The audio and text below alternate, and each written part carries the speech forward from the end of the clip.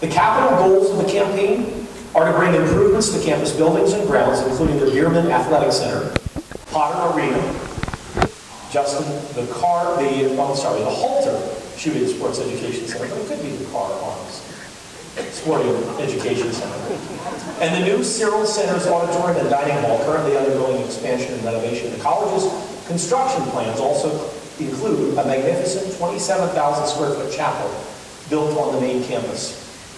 Throughout the rebirth of Liberty and Learning campaign, Hillsdale will continue to replace federal and state scholarships, grants, and loans. In this academic year alone, Hillsdale will replace over $6.1 million of government tuition assistance. Nearly 600 students will receive this year need-based help from Hillsdale's Student Independence Grant and Loan Fund, which replaces those federal grants and loans. Since 1985, through the generosity of Hillsdale's friends, alumni, and parents, over $101 million in federal and state Michigan aid has been replaced with private funding. And all of this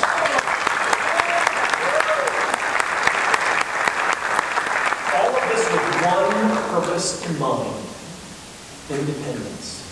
The ability to stand alone and speak the truth. As you may or may not know, Hillsdale College does not take even 1 cent of federal or state taxpayer money.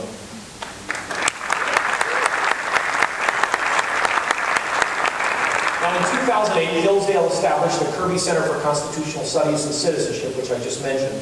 And in 2012, they launched the Van Andel Graduate School of Statesmanship. 7 students have already received master's degrees this past spring. And of the 33 students enrolled this year, 17 are in the master's programs and 16 in the doctorate programs. I want to comment about that for a second. I was asked by a young person a while back, what should I do to prepare myself to be in public policy and public service? And I know you'll appreciate this. I said, anything for 20 years other than politics. Establish yourself as a person.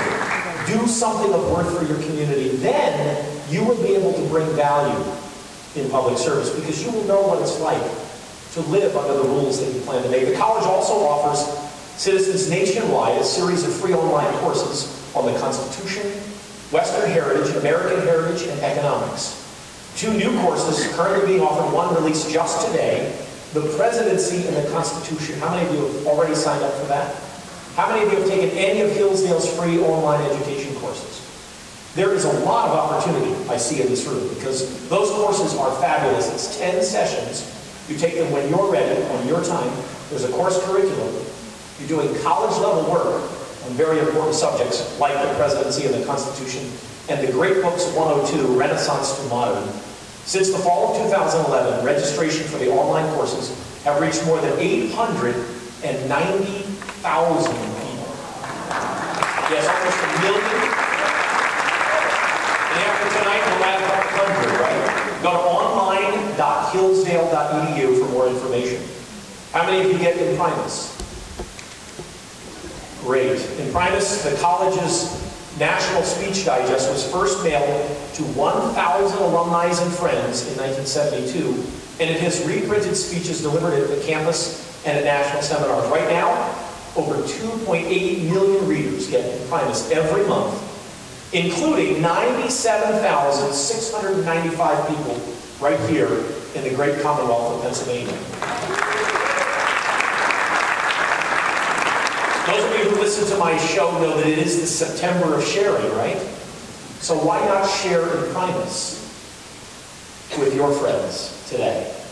There will be literature in the back, which you can get. There's copies of Imprimis. Take one. Ask people to sign up. There's lots of other college materials as well at the back of the room, and they're all free. Please make sure you pick up some as you leave.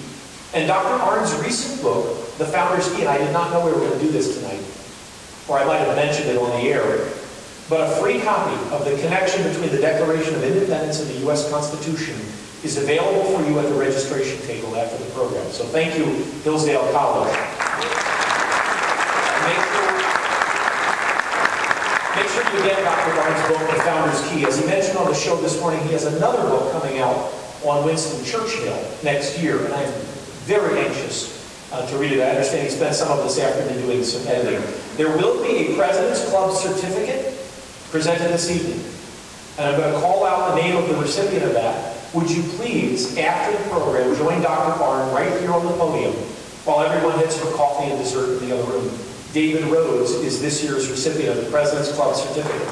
Thank you, David. Now, in just a few minutes, I'm almost done. Time for a commercial break. You're going to hear from Dr. Arnn, but before you do, I'd like you to take just a moment and watch this video, The Rebirth of Liberty and Learning Campaign. If we could begin the video. I want to introduce the person who will be introducing our speaker tonight. I got to know Vince Benedetto several years ago as a result of an unsuccessful run for Congress, and several of you have told me tonight, you should run again. No, I'm right where I need to be. And you are proof of that, because this night would not have happened without Vince Benedetto, whose vision for restoring America in his adopted home neighborhood here in northeastern Pennsylvania is the beginning of this effort. And this is just, I want to tell you, the beginning. This guy has big plans for sharing liberty. Without further delay, it is Vince Benedetto, president of Bold Gold Media. Vince.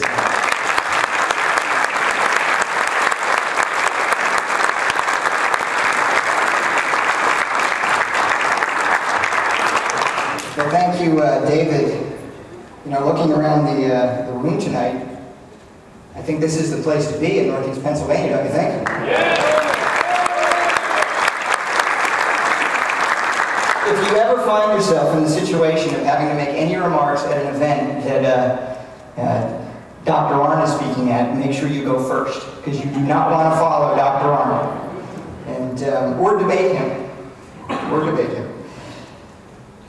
Well, I really want to thank all of you for being here this evening. I promised Dr. Arnn and John Cervini that Northeast Pennsylvania would show them a warm and enthusiastic welcome, and you certainly have, and so thank you very much to everybody here. I also want to thank the wonderful team here at Mohegan Sun and Pocono Downs.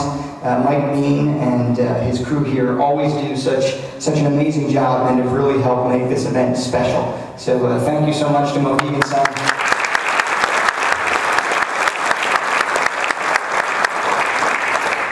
You know, it's always been a privilege to hear Dr. Arnn speak, but to have him here in our backyard and to share this moment with us and to introduce him is a huge honor. In Dr. Arnn, we have with us a great defender of liberty, and I believe he and the team he leads are some of the most important people in the country right now. And I say that because he's an educator for liberty. And I can't think of anything that our country more urgently needs at this very moment than that. I became an advocate for Hillsdale when I came to understand that the solutions to our nation's problems are not likely to be ultimately solved by politicians in a distant capital. They can only be solved by an educated and enlightened citizenry. A citizenry who knows the majesty and the beauty of our founding principles and who know what it means to secure the blessings of liberty and to preserve self-government. It was George Washington who said a primary object should be the education of our youth in the science of government. In a republic, what species of knowledge can be equally important, and what duty more pressing than communicating it to those who are to be the future guardians of the liberties of the country? You now know that Hillsdale was the first American college to prohibit in its charter any discrimination based on race, religion, or sex, and it became an early force for the abolition of slavery. It was also the second college in the nation to grant 4-year liberal arts degrees to women. A higher percentage of Hillsdale students enlisted during the Civil War than from any other college other than West Point. Because of the college's anti-slavery reputation and its role in founding the Republican Party, which elected Abraham Lincoln its first president, the college has always attracted many notable speakers who have visited the campus since the Civil War era to the present, including Frederick Douglass, Edward Everett, Milton Friedman, Margaret Thatcher, and Ronald Reagan. The college, since its founding, has continually stood for human freedom and individual liberty, and it and its graduates have played a critical role in guiding our nation through every crisis since. It has a worldwide reputation for attracting great leaders and scholars, and in Dr. Arnn, they have found both. And I believe the college, under his leadership, is poised to help lead our nation through our present-day crisis. Dr. Arnn became the 12th president of Hillsdale College in 2000. He received his BA from Arkansas State University and his MA and PhD in government at the Claremont Graduate School. He studied as well at the London School of Economics and at the Worcester College, Oxford University, where he served as Director of Research for Sir Martin Gilbert, the official biographer of Winston Churchill. From 1985 to 2000, Dr. Arnn was president of the Claremont Institute for the Study of Statesmanship and Political Philosophy. He is a member of the Board of Trustees of many organizations, including the Heritage Foundation and the Claremont Institute. He is a widely published author. His books include Liberty and Learning, The Evolution of American Education, The Founder's Key, The Divine and Natural Connection Between the Declaration and the Constitution and What We Risk by Losing It, and Churchill's Trial, Winston Churchill and the Salvation of Free Government, which will be coming out October of next year. You know, George Washington, in his last will and testament, hoped that a university might one day be established in a location central within the country that would teach young people the virtues and principles that, as he put it, were, quote, friendly to Republican government and to the true and genuine liberties of mankind, a place to which the youth from all parts thereof might be sent for the completion of their education in all the branches of polite literature, in arts and science, and in acquiring knowledge in the principles of politics and good government. I can't help but think that George Washington is smiling upon Hillsdale, knowing that his final wishes have been answered.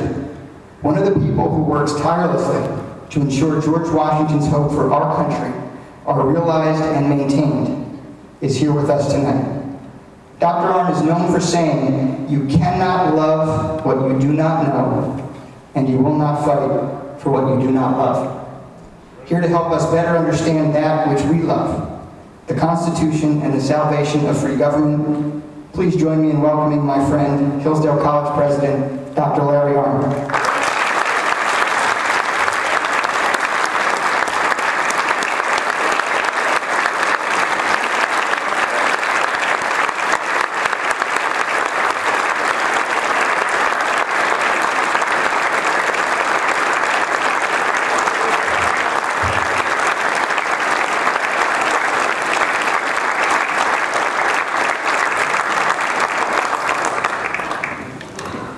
Gracious, I haven't done anything. Thank you very much. Thank you, David. You know, I'm on Hugh Hewitt's show every week, and he's a radio host, and he's an old friend of mine, and I just love that guy, and I have more fun being on his show, and I have as much fun being on David's show, and I just want to congratulate him on being so good at what he does.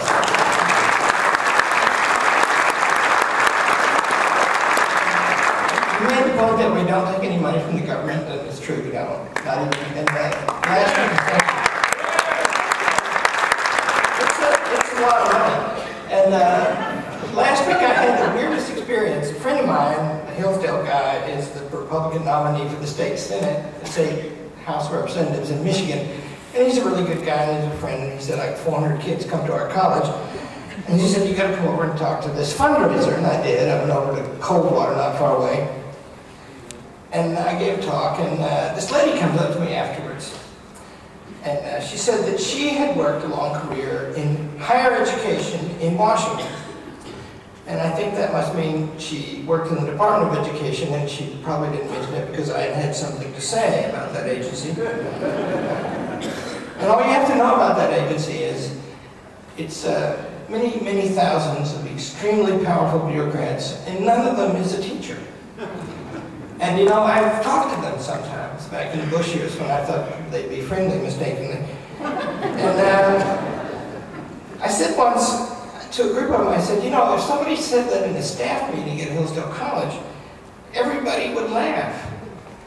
And they're not very quick, you know, and they said, well, why? And I said, well, you know, that isn't how it's done. You know? Have you ever seen it done? Or do you just order it done? Well, anyway, this lady, she was very sweet, and she thought I was fibbing. She said, you know, you say you don't take any money from the government. And I said, no, I don't. And she said, well, you know, it gives various kinds of money. And I said, I do know that. So, you know, Mr. Moon, who's here tonight, was making the point that it's 47% of the economy, and I think it might be 43, but he's a radical. And that doesn't count the regulatory costs. The government gives every flippin' kind of money, right? Everything that happens, you know, it helps to manage it. And I said, you know, I'm aware that it gives various kinds. And she said, well, you know, one of the kinds is student aid. And I said, you know, I do know that. And she said, well, you take that, don't you? And I said, well, no, ma'am, we don't. And she said, how can that be? She said, is everyone rich? And I said, no. I said, they're not. As a matter of fact, I wish they were.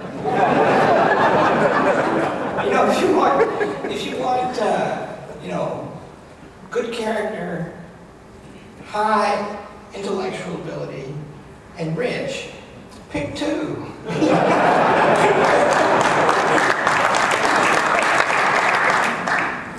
And she said, well then, how do you do it? Like, you know, it was like she had landed on the planet Mars. And I said, well, ma'am, I said, you know, the government is somewhere around 45 or something % of the economy, but that leaves the other part. And, you know, if you don't get the money from the government, then by logic, it would have to come from the other part. And she thought, really, is that possible? And you know, I swear this woman, it was more shocking because she wasn't setting me up. She said, I said, you know, but another way, I said, Hillsdale College is 171 years old. And the Department of Education was formed in 1975. The federal government started funding basic college education in about 64, 63, somewhere in there. And so, what happened before then? And she said, well, not very many people went to college, I guess. So you see what her point was. I think it was in the genuine misunderstanding in the thing. She was trying, and see, she didn't stand up while I was talking to this crowd of people. Later, so she could do it gently, point out to me that I didn't understand the nature of the world. And it shows where we are. So thank you, it's true we don't. And thank you, Vince. Vince causes me endless trouble, including all of this. And you know, I got up at, you know, I was supposed to get up at 5:45, but I overslept. I got up at 6:15, and I took a shower in a mad hurry, and I went to be on the rock station. And I was wondering what I would say if they asked me what my favorite rock band was. And it was a perfectly charming experience, and Jude, who does the thing, is really good. But then he said something in the break, and it really worried me, because Vince he sort of manhandles me. I'm going to stop it. He has acquired for us an FCC license for a low-power radio station, so we're about to have a student radio station.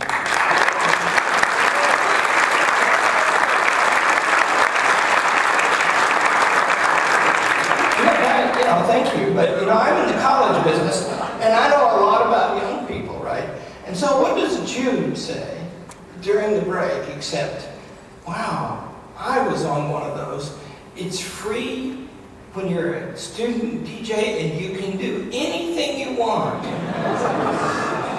And I said, you know, I didn't say anything, but I was thinking, you know, I've got to figure out how to stop that. So thank you, Vince, for all the trouble you caused. Vince is a great man, really great man. How many of you are new? Never been to a Hillsdale event before? So a lot. Wow. Where have you been? Didn't invite before. Well, I see. So, it's an ascent. But actually, we've never been to Scranton before. And I wish we had.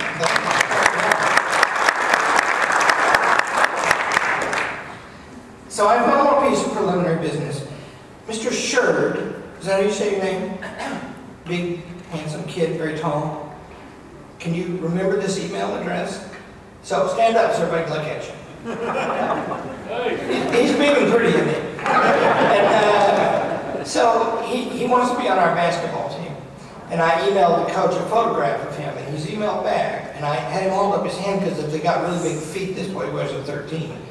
I determined I'm scouting to see. And I don't know if he's smart, right? And it doesn't matter if he can play ball, but he's not smart enough to get in. But his shoe size is big and his hand is big, and I emailed a picture and I said he's polite and eager, and he's got big hands and big feet. So, J. Tharp at hillsdale.edu, you're to email him. Okay, so you're in, get out. Our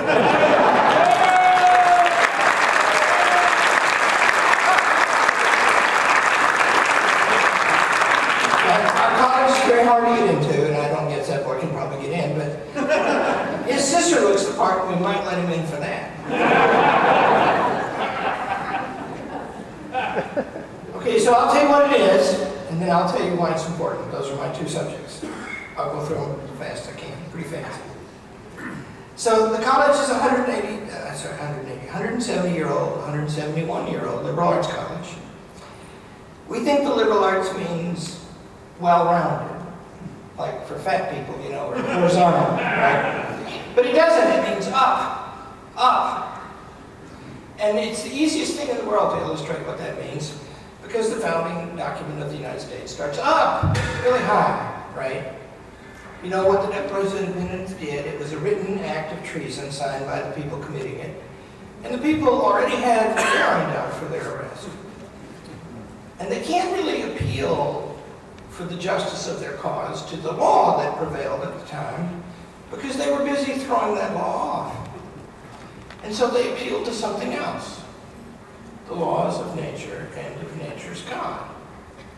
Now, if I asked you, could you stand up and give a good definition of that?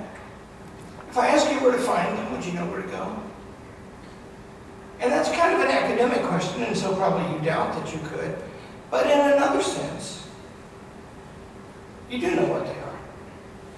And the reason you know is because every day you do things, and you make the commitment of action to those things. And then later, you ask the question whether they were the right things or not. And that means you've committed, you've done it, sometimes dramatic things. And it's especially the dramatic things that constitute large commitments that you ask yourself the question, was that the right thing? And that means that something is standing outside everything you do. And this thing is known to you. And you love this thing. And you wish to be in the right against this thing. And you ask yourself all the time, if you are. And when you're not, you feel ashamed. And you doubt yourself all the time. Only human beings are capable of blushing. Because they have a sense of the laws of nature and of nature's God. Your mother says to you, you must do the right thing all the time. And you say, well, what is that? And she says, shut up and just do it. Well, in a college, they don't answer that way. They try to explain how you know. Because, what Vince said is very true. These guys were risking their lives. There's a General Howe commanding the strongest military force on the North American continent, one of the largest in the world. And at the time, in 1776, the United States hardly had any military force. And he had a writ to arrest the leaders of the revolution. And if he'd gotten them, he would have shot them, or else he would have put them on a ship to be tried in England. Those were the stakes. And they recognized in the last sentence of the Declaration of Independence that those are the stakes. And they wrote that beginning. It's very beautiful and it's very universal. And it starts a long distance from their particular situation, from any particular situation. And the reason they were able to do that and deploy that language, and the reason we remember that language today, is because it is a beautiful description of the ultimate things that we all need to know. Liberal education means the study of those things. It starts with Socrates, who was always saying, "What are you doing?" It's my favorite thing to do, by the way. Torturing the young is what I do for a living. And I like it because they writhe and wriggle and blush, and because it's delightful, and because it's easy. Because they're young, you know. And they recover fast. But he would say, "What are you doing?" And they'd say, whatever it was, and he'd say, why are you doing it? And you never have to ask three or more 4 questions before they say, "It's good to do that." And then he would say, "What is the good? What is it for a thing to be good? How do you know when it's good?" Now, to live a fully human life, you have to live in accordance with the good. And the highest kind of life is actually the knowledge of that. And first of all, it's beyond any practical use. It's just lovely to know. Do you ever look at somebody and say to them, "That was a beautiful thing you did"? Did you notice tonight about the way the introductions went? So I'm an analyst and things like this, right? David, who's a very nice man, introduced his boss and wanted to talk about him. Because he's loyal to his boss, and his boss dragged him out of private life and let him serve. And he wants to serve very much, and he's very grateful to Vince. And Vince is his employer. And then Vince got up, right? And Vince asked to introduce me tonight. It's not standard. But then when he stood up, did you notice he didn't say anything about himself? It was beautiful for him to do that. It was an honor to me, and I feel the honor. It was right. It was better than right, because he should have talked about himself. He keeps shoving free things at us and making me do things I don't want to do. And it's beautiful. That's what college is. My daughter is a headmaster of a Hillsdale College charter school in Austin, Texas. Now we have 2 daughters. The other one's an architecture school, and 2 sons. And this daughter got married this summer, and now she's founded this school. And of course, she's the complete apple of my eye. All of our children are. But you know, dads bleed for their girls. And she calls, and she gives me hour-long accounts of what she's done. And she goes to bed at 9:30, and she gets up at 5:30, and apart from driving back and forth to work and eating dinner, she works all the time. And once in a while, she mentions that now she's married. Her young man is busy defending his doctoral thesis right now. He's busy too.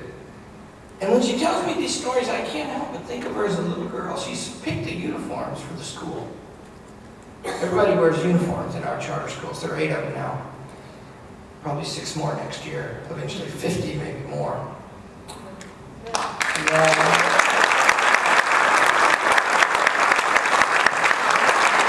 Unless you think we don't take any money from these schools. It's a very interesting arrangement because no charter school could give us any money. That's government money, and then, the hounds of hell would own us if we took a nickel of it. And they may come to own us anyway, it's one of my points, but not without a fight. And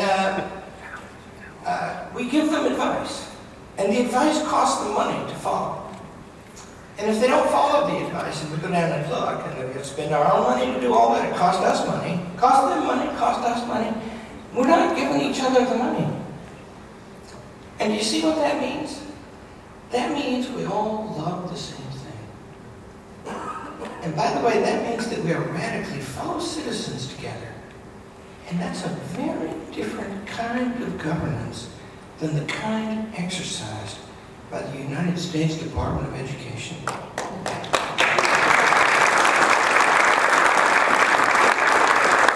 And The other difference, which I should mention in passing, is we actually have an education. and we actually do teach. And so when we give them help teaching, it's help. And we don't make them. They just do it. They love. And she sends me these things. I'll show you after this if you want. I was trying to show John on my phone. She sent me like 30 photographs from her school. And the uniform is just like her school uniform.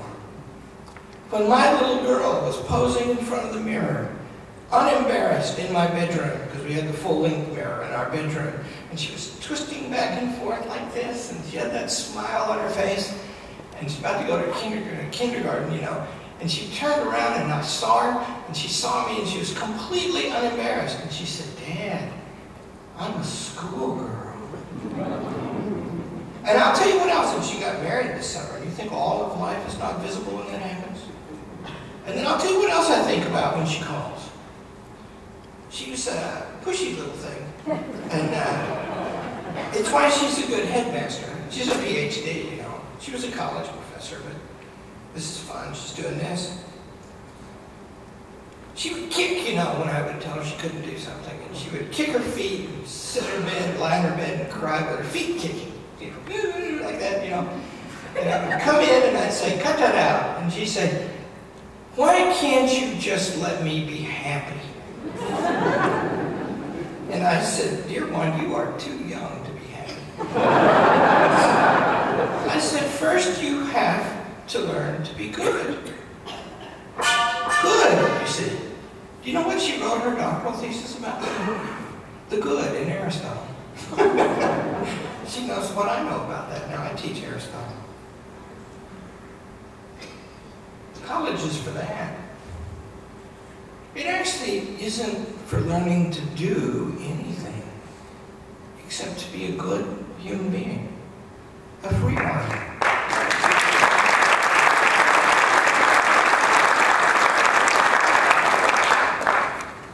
And if you live in a time when that is lost, it is the single most significant sign that the government has come to regard its citizens as tools, as factors of production. That's what they think. You can be anything you want to be, which, by the way, you can't. But you have to be skilled so the nation can be strong. This is not the argument of the Declaration of Independence. The argument of the Declaration of Independence is there's good. It is the highest possible good. It is God who appears 4 times in the Declaration. And it is a good so beautiful that we will die for it. Will you, King? Because we will. And that means leave us be or you're in for a fight. Yeah.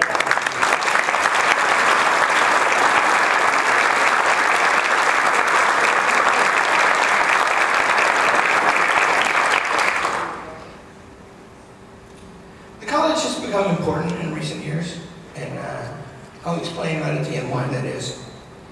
But it has a way of being important. It was very important in the Civil War.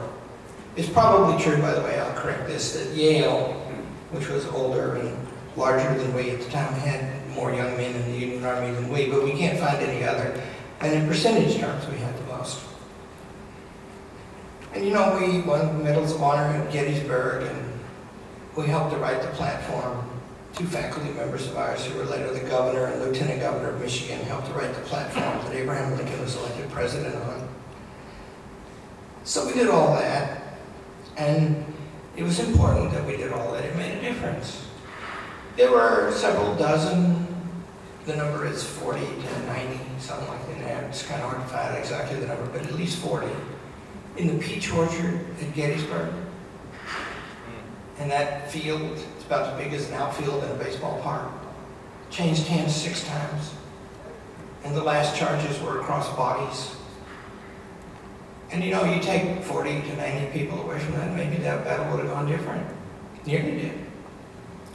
Why'd they go? They loved. And they loved because they knew.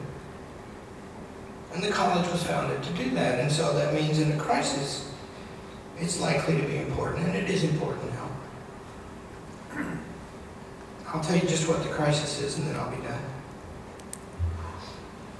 And I want you to understand that I think this is a big crisis. I think this is potentially the end of us. And I think we have to bear ourselves that way. We have to change how we live. I don't think there's any automatic solution or simple solution to it. I don't think it can be fixed this year or next. Hard to say when it could be lost. We have to be ready to serve what we know, and that will cost. Come to find out, principles live in people or they don't live. And if people adopt principles, the principles take them over. And then they own them. And you have to do what they say. Even when you don't want to. Even when you're afraid. As I often am. The nature of the crisis is stated in microcosm in this correspondence I got 2 weeks ago. I have a friend in New York, Heather Higgins is her name, and she likes to debate people. She's kind of rich, and she's a good person, and a mother, and she goes around fighting bad guys. And she sends me this email that I'm going to read bits of to you from the person she was about to debate. And she wanted me to comment on it. My view, he writes to her, is that Republicans don't appreciate the core of the liberal position. And I'll tell you, by the way, that this is an appeal by this man, that he wants to find agreement with her. And if he tells her this, what I'm about to read to you, he's confident that she will agree. The core is that the talents of mankind belong to mankind and not to the lucky recipients. Those who work hard and take risks should be appropriately rewarded. But the ones who don't have the talent don't have an equal chance. And they're poor and riddled with risks and problems. And so the talented have a moral responsibility to serve. I happen to believe that, by the way. Now, next step. If you acknowledge the logic of this position, then the debate shifts to how much you have to incent talent to motivate hard work and risk-taking. So you see, the stuff you make, it isn't yours. Instead, like, do you know Vince's story? Vince went to the Air Force Academy. He got into West Point too, but the Air Force Academy sort of called first, and then he realized that the Air Force sleeps in rooms. So he was a counterintelligence guy. And then God knows, well, I actually have to know why he got into radio. It's a weird thing. But, you know, a bunch of chances, just like every entrepreneurial story. And somebody who's got the spit to take the chances. And then some things broke his way, but in the meantime, he gets himself deeply in debt. And he's out of it now, or mostly. But he took risks, right? And, you know, maybe all of us should get to decide what happens to Vince's money. Because, you know, if we did, then when he gives it to me, I wouldn't have to do all that stuff he says I have to do. That's the idea. The idea is that we're going to conduct a social experiment.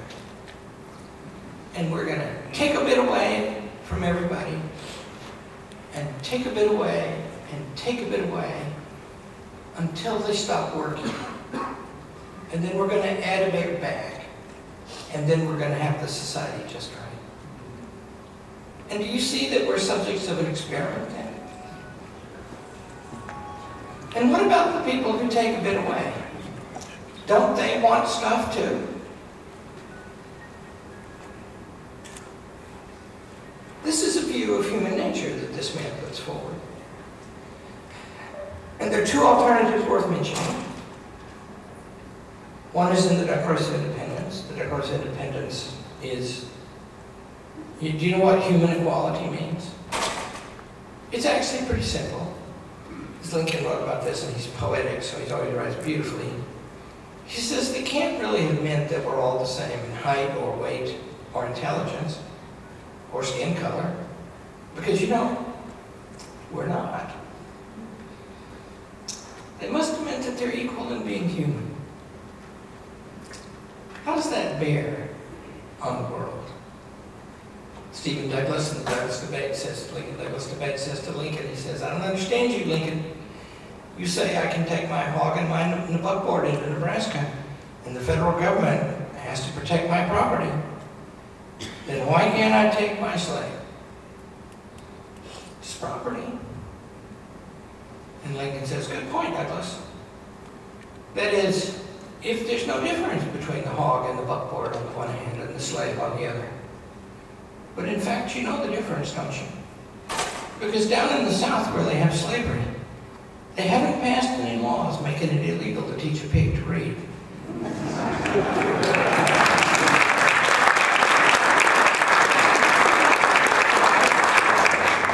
And they haven't done it because they know what they are.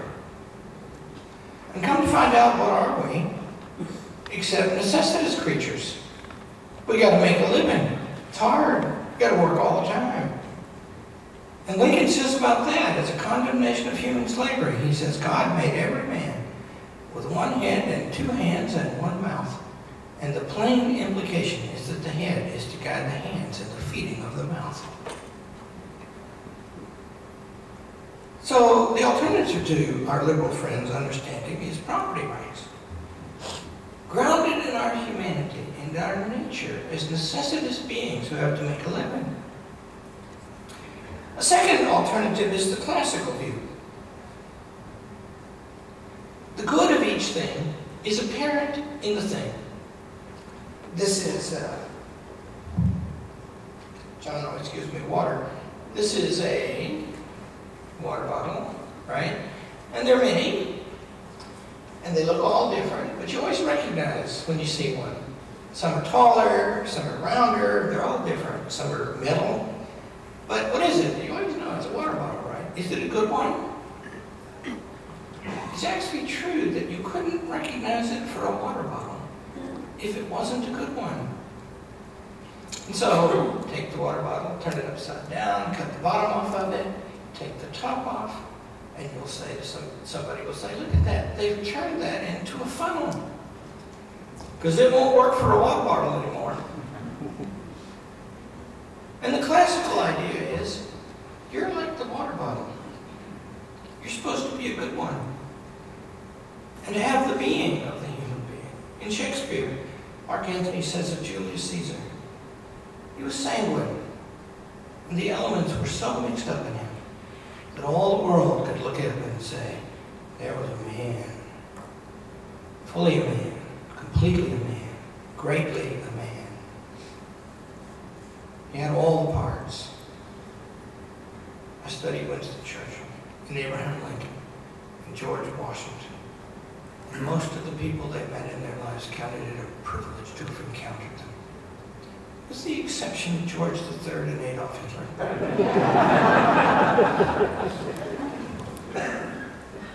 That's the classical idea. And do you see, by the way, how those two ideas might be compatible? Because it's the nature of the man and woman to have to make their living. And God gave them a head to do it with. And just like the plain implication is that you can use that for a water bottle, the plain implication is that Vince and Dave and everybody in this room, you know the key to teaching the young? It's simple. You have to get them to agree to the goals in advance. Because the time they go to college, they can't be told what to do anymore. And that's because the biological need to grow up has come over them. And they don't even really understand it, but it doesn't make any difference. It's very powerful. And so, if young Sherrod there and his sister and the other perspectives show up at our college, you got to sign this honor code before you come, and you'll be committed up to the gills. And then it commits you to all the purposes of college. And then later you'll find out better what all that means. But you know, once in a while we have a dispute with a kid. Actually, not very often. Our success rates are very high. But I had a boy one time and he did something bad. And then darned if he didn't cuss at the dean of women. And this boy was a big football player. And I heard that and I went, what? You know, and the chief of staff mom said, you got to go home, Dr. Arnn. You've been on the road. You're tired. And I said, you go get that boy for me. You know, and by the time he's in my office with his football coach there, I got his honor coat sitting on my desk. And I've got his fraternity creed.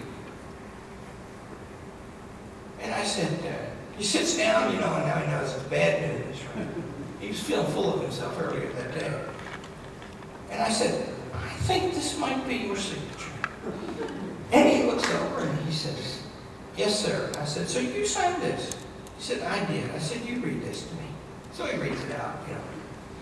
I almost became a lawyer. I decided to get an education. Excuse me, lawyers. And he said, and then I said, you're in a fraternity, aren't you? And he said, yes, sir. And I said, I think this is its creed. Is this its creed? He said, yes, it is. I said, did you take this creed, swear to it? He said, I did. I said, you should read that too. And he does. And I said, read me the highlighted sentence. And he said, honor to women on all occasions. And I looked at that boy, and that boy weighed, you know, 290. And I said, did you say a foul word to my dean of women today? And you know, he shrunk up to about 125 pounds. And he sat there, and he couldn't think of what to say. And I said, you say one to me, right now. And he just sits there, he's frozen. I said, I think you're a coward. You know, I forgave him. He went and begged the two women he defended for their forgiveness, and I said, you know, tomorrow I'm going to do things to you. They're going to last the rest of your life. And I have never done that. At this moment, I've never done it to a young person. 14 years, 14 and a half. I've never done it. I don't want to do it. I'm not here to hurt these kids. But you know, they've got to learn to be good. And it's in their souls where it comes from. We just help. That, the Declaration of Independence view, and the classical view, which together make a compatible beauty that is the key to good living in the modern world. That is what is swept away by this meeting.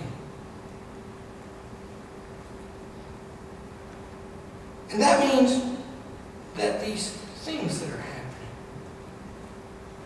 the size of the government, its ineffectiveness at doing what it's supposed to do. You know this war that we're in right now? When did it start?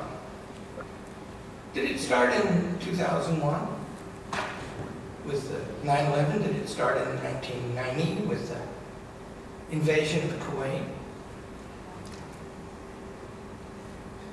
Did it start in 1946 with the creation of Iraq? Did it start in 1911? 1914, when the Germans declared war on Northern Europe and the Austrians on Southern Europe, and Turkey joined them and lost the Ottoman Empire? You know, it did start. Did it start in 1870, when modern Germany was founded in the Palace of Versailles, having conquered France? Because you know, all those events are connected. And that means this war we're in, it's been going on for a long time. And it's going to go on forever. Because people fight. And one of the purposes of the Constitution of the United States is to defend us.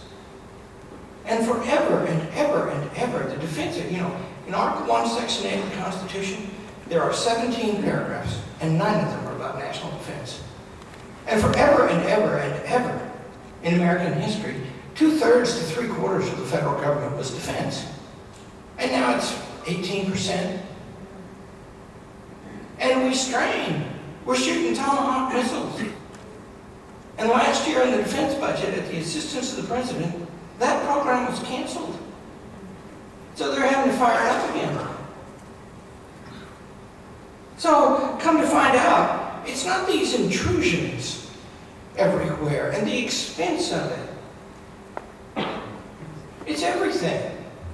They're not good at what they do, and they're supposed to be. We need them to be. The Constitution of the United States was meant to achieve this thing. It was to make the government strong so we could overpower the enemies of freedom at home and abroad, but it was also to balance it so as to make it safe. And what it is now is not very fearsome to our enemies, but very fearsome to us. And the reasons are deep. They involve a change of principle. And that means that the coherence at the beginning of the American Revolution, where they stated, remember, we're the only country in the world that's got a birthday. And the birthday is marked by the passage of a beautiful, the most beautiful political document in human history. That's what it is.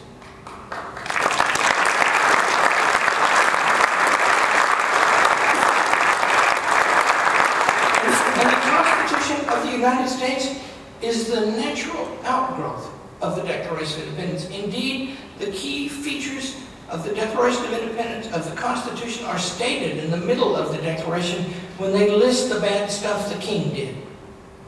And you know, many of those things are being done by the government of the United States today. And our ability to live as independent people is compromised. More than 40% of the babies are born out of wedlock. And you know, there's data about that, and they don't do very well. And the debate is not about how to fix that. The debate is about whether it is wrong to see somebody and assume their gender from their appearance and address them as a man or a woman, which is the latest politically correct crime on campuses. And you know, we don't have co-ed dorms at Hillsdale College.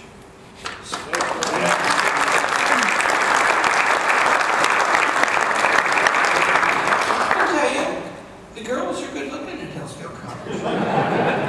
And the boys notice.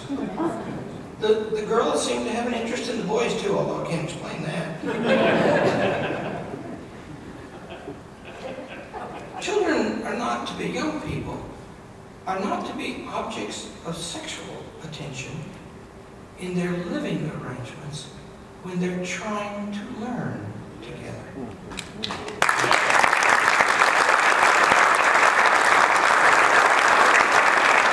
In the state of Maryland, it is illegal today to refuse any person of whichever of the several genders admission to any public restroom. What's to become of our old policy?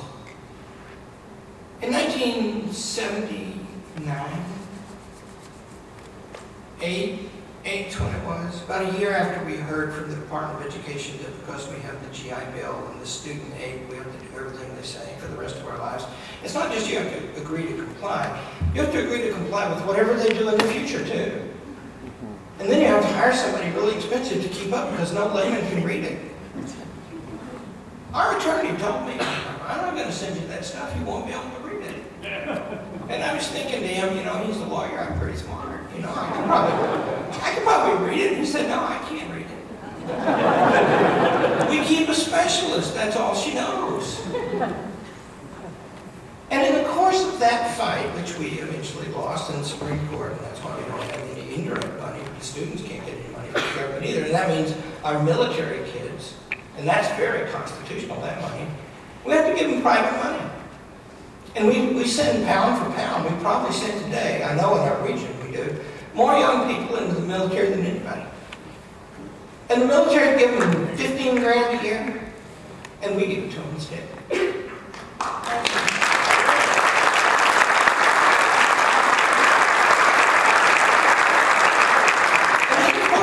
Fight at a conference, it's in a book that I wrote, I'll send you a copy if you ask me.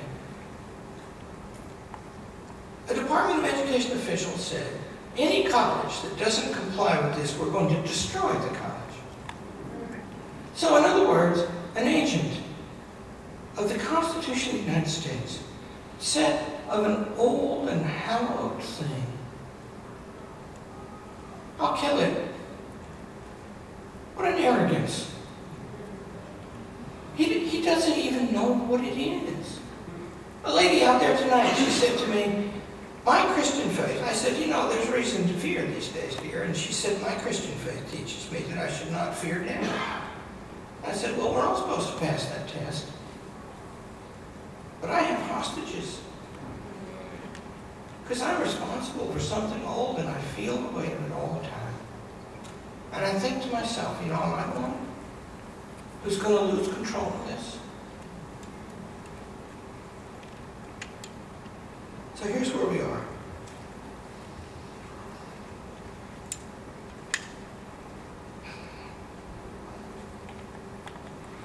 We have to return to the Declaration of Independence and its meaning of nature. We have to rediscover the laws of nature and nature's God. If there isn't an uprising like that, all is lost. As we do that, we have to return to the Constitution. That means the bureaucracy has got to stop making rules and they have to pass through Congress. That means that the judiciary that oversees administrative rules have to be independent judges, as Article 3 provides. That means that people who work for the government must not be given the sway to threaten to overwhelm the people they're supposed to serve through their vast and increasing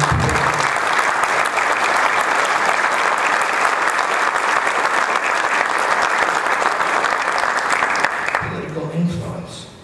They are, in fact, the strongest single force in politics today. Unions, especially public employee unions.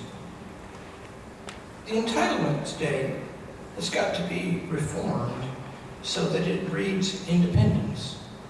It's fine for the government to provide welfare. It always has. It should be workfare. And people should save. And the government can be a backstop. Paul Ryan has a plan about that. It's actually easy to know what the goals are then. You know, not since Reagan have we had anybody run for office saying those things. And the polls indicate that they might not win. But I think we need somebody in the spirit of Winston Churchill or Reagan or Lincoln. Because, you know, it doesn't actually matter what the polls say. And I'll tell you, it's a curious reason why. Because the American people have the right to govern themselves. And the only function any statesman or me or you can serve is to tell them the facts. And then they can choose. Somebody has to learn to do that beautifully. That means they have to live their lives steeped in the language of America and in the classical knowledge of the liberal arts.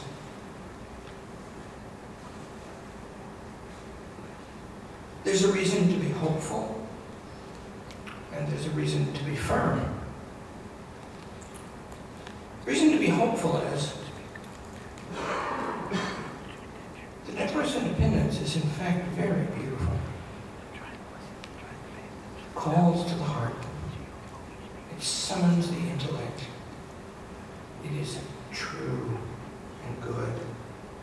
And people have died for it all over the world, over and again. If we speak its language, it will call.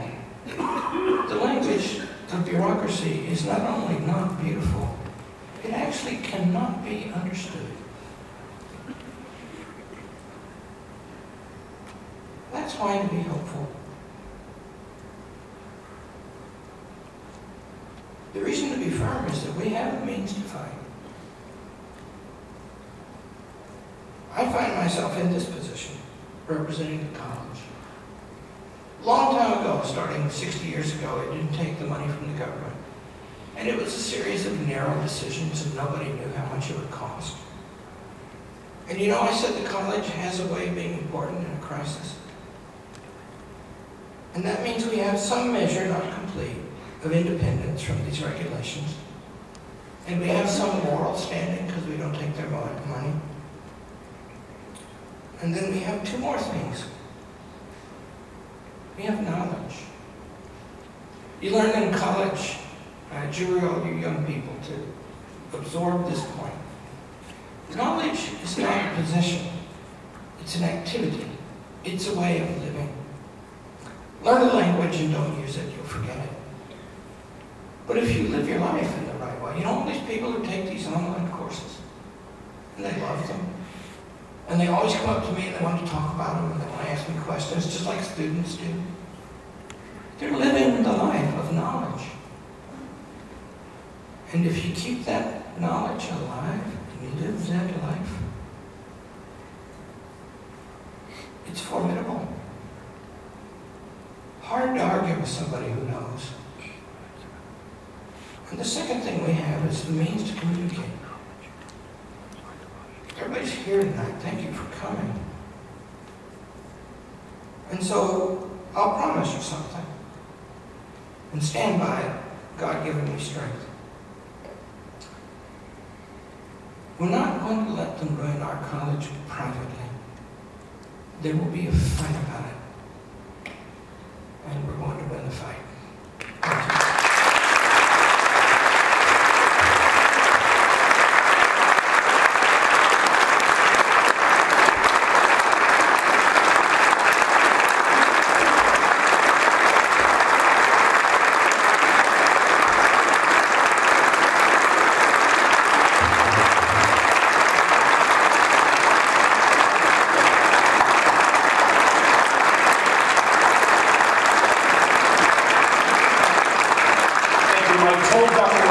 Stairs on that side because he can't do that. We have time for 2 questions. Please sit and quickly 2 questions. Does anybody? Yes, right here.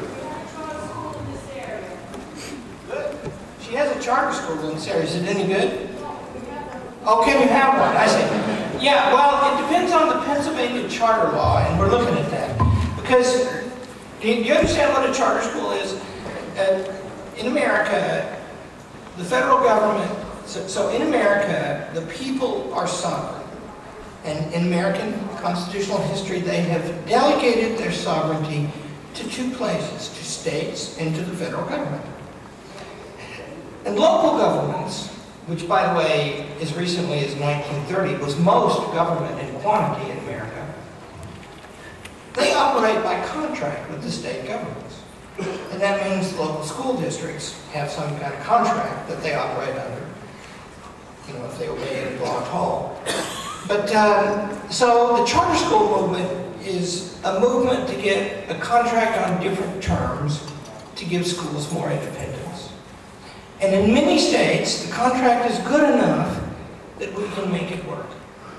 In no state is it just really great, but in all of them, in 20 or so states, and we've got charter schools in 5 states right now, John's holding up 5. In those states, like it matters, you know, do you have to have teachers that are certification? You can work around that some, but the truth is, education schools and colleges are mostly really bad. And so people who go get certification to be school teachers, it's kind of like passing, I think, you know, I sat through 2 lectures one time.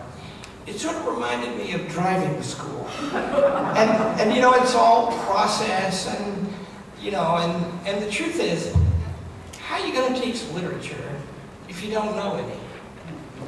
And so the point is, if the Pennsylvania charter school law is, do you happen to know, John? No, I wish Phil Kilgore was here, he runs all that. If it's good, and then here's what would happen.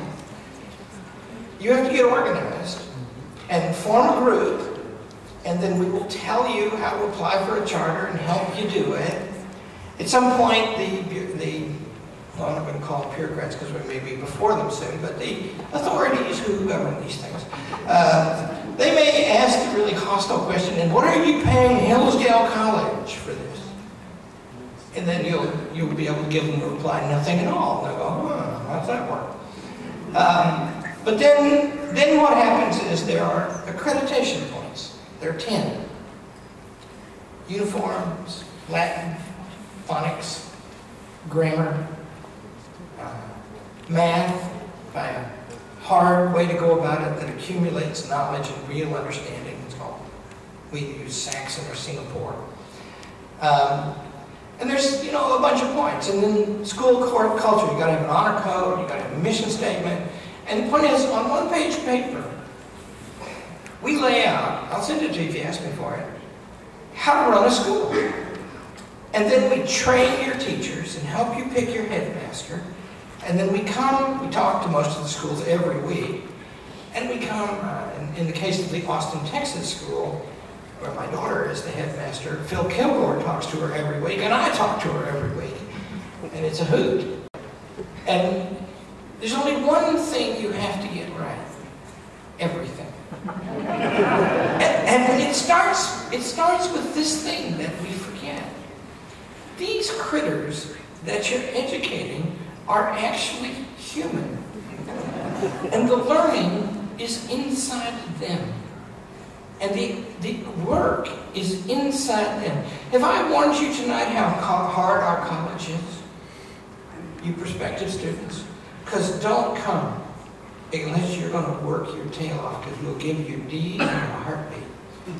We've had 5 people get a 4.0 in 21 years at Hillsdale College.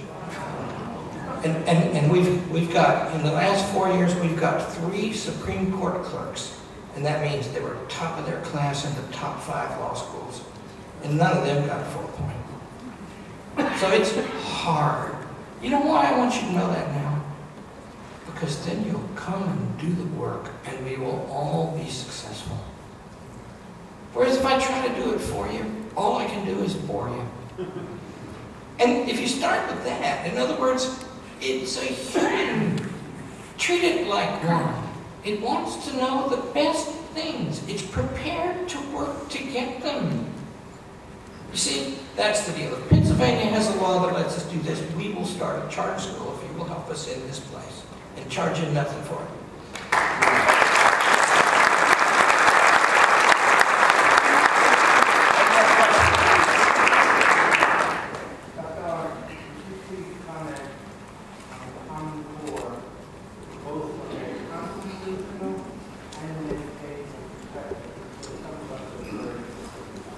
Common Core, from a constitutional and educational perspective. Article 1, Section 8 of the Constitution lists the things that Congress can do. The word education does not occur there. And it was not overlooked because, A, the people who wrote the Constitution were possessed of an education. Better than mine, most of them. And, that's not bad. And, in the summer that they were writing the Constitution, the Congress, under the Articles, passed the Northwest Ordinance. And the 3rd article of the Northwest Ordinance says, religion, morality, and knowledge being necessary to good government and the happiness of mankind, schools and means of education shall ever be encouraged. That was in the newspaper while they were writing the Constitution.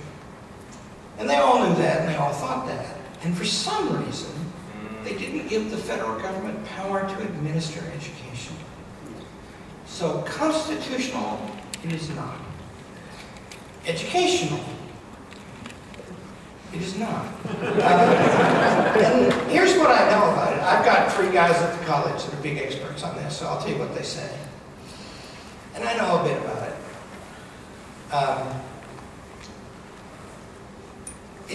The heart of it is range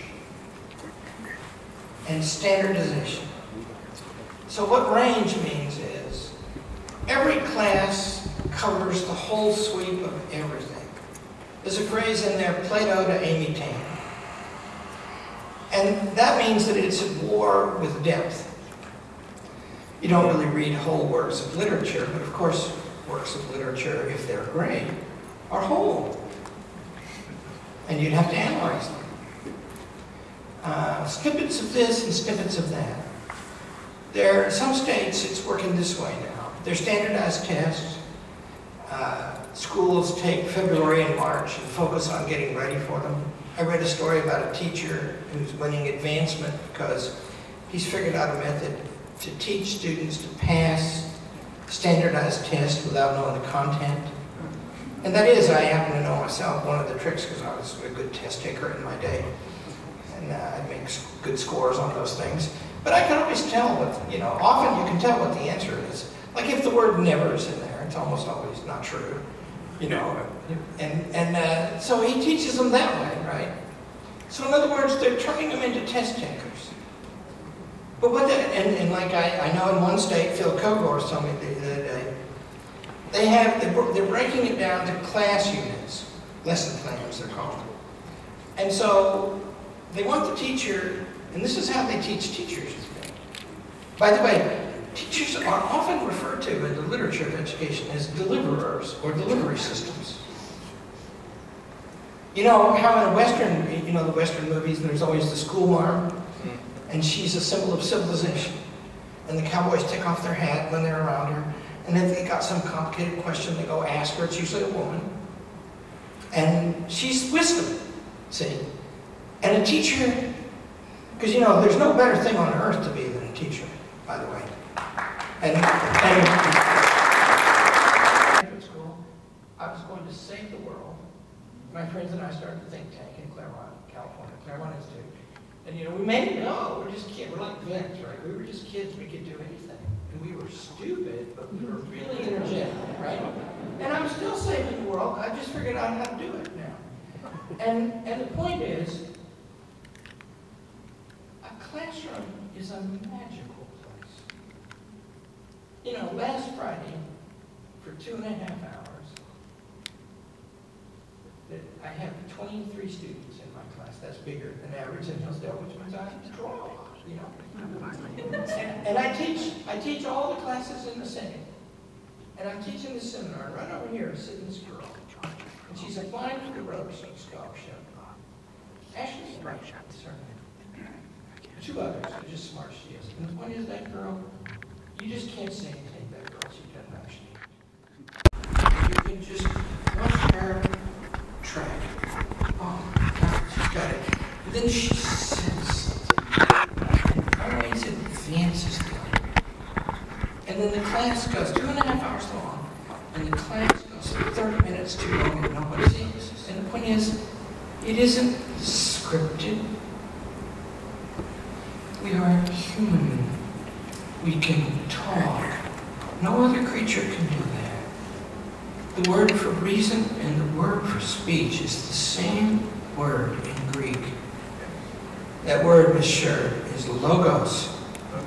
And the book of John begins, in he arche no logos. In the beginning was the word. The specific respect in which we are created in the image of God is our ability to speak. And when we are thinking, we are just talking inside our heads. And when we are conversing and having a seminar, which is one of the highest human activities, the life of it is defined by everyone in the room. And there's nobody right in the common core who knows that. But the great literature of education is deeply grounded in the beautiful truth of that thing I just said.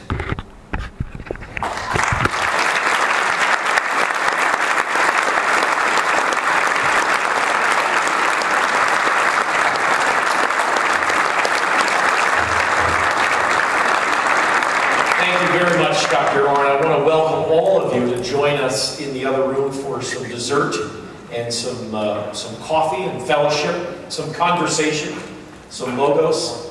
I also want to remind you that there is a President's Circle recipient whose name I'm trying to find, David Rhodes. If you would come up here to receive your President's Club certificate, just meet us here at the podium. Dr. Arnn will join us. Thank you all on behalf of Volgo Media and Vince Benedetto, our entire family, as well as Hillsdale College. Thank you so much for coming tonight.